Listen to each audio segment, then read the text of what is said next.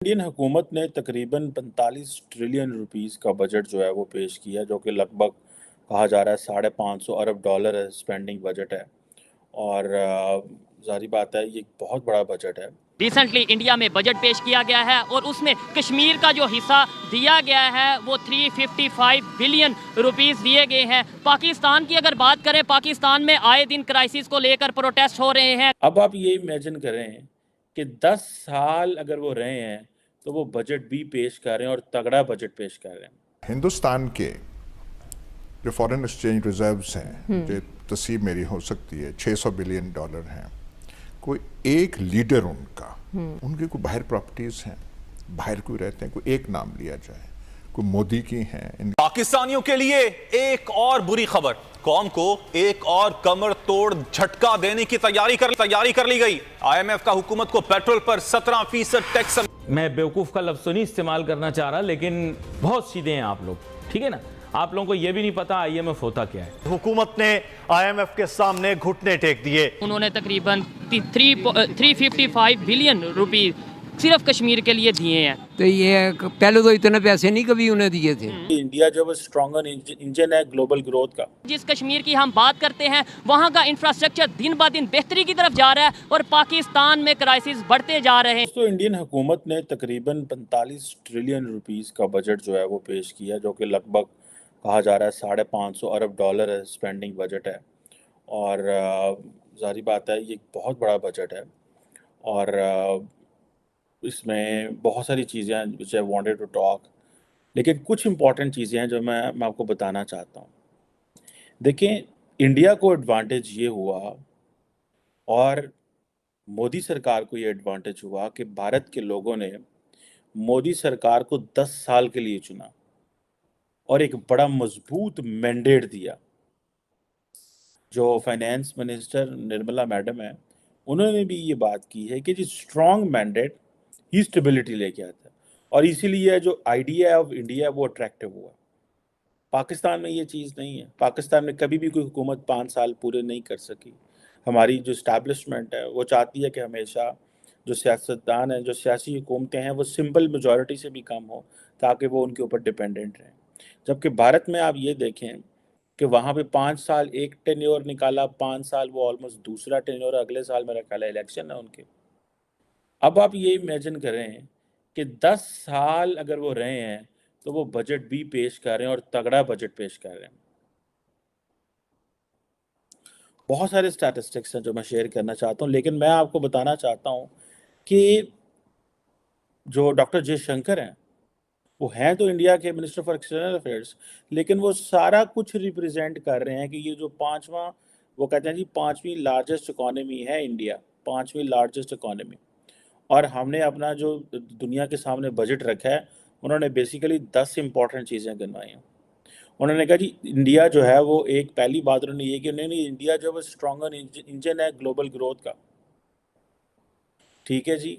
वो कह रहे हैं जो कैपिटल इन्वेस्टमेंट आउटले है वो तकरीबन 10 ट्रिलियन रुपीज़ है। ठीक है जनाब, इंडियन रुपीज़, जो कि तकरीबन more than 3% of the GDP है।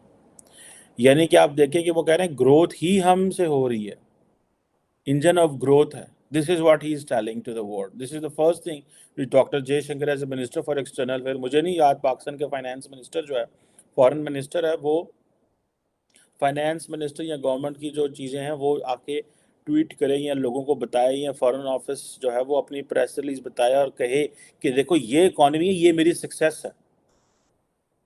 दूसरी बात, हम एक बात सुनते हैं, मैंने जितनी भी आप ग्लोबल जो फाइनेंशियल इंस्टीट्यूशंस होते हैं, जो क्रेडिट रेटिंग कंपनीज होती हैं, जो रिस्क एनालिसिस करते हैं, आप उनको सुने तो वो एक चीज़ कहते हैं जी कि ईज़ ऑफ डूइंग बिजनेस जो है ना, इंडिया वो कह रहा है जी कि हम ईज़ ऑफ डूइंग बिजनेस जो है उसमें बड़े उन्होंने जो सिंप्लीफिकेशन KYC प्रोसेस है उनका सिंप्लीफिकेशन लेके आए हैं।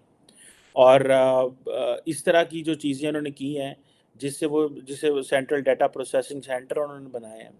और ये चीज़ें जो हैं basically they are giving lot of value in terms कि जी हम अब दूसरी इंटरनेशनल जो इन्वेस्टर है उसको खींचेंगे। पहले वो बता रहे हैं कि हम इंजन ऑफ ग्रोथ हैं, फिर वो कह रहे हैं कि ईज़ ऑफ डूइंग बिजनेस है, आओगे तो रेड कारपेट बिछा पड़ेगा, पाकिस्तान की तरह नहीं है कि सिर्फ चीनियों को ही रेड कार्पेट मिलेगा, और वो भी चीनियों ने ज़बरदस्ती डलवाया हमसे रेड कार्पेट, क्योंकि उनके पास बहुत कुछ था देने का। हमने वो फटाफट वो महंगे दामों वो सूद वाले कर्जे तो ले लिए, और अब वो किसी और मुल्क को हम वो फेवर देने को तैयार नहीं थे, जिसके ऊपर I have personal understanding of that and I have met people जिन्होंने कंप्लेंट्स की हुई हैं।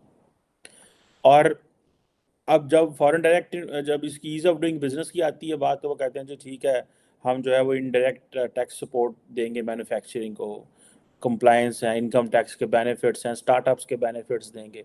दिस इज़ व्हाट वो अपना दुनिया को इमेज ये दिखा रहे हैं।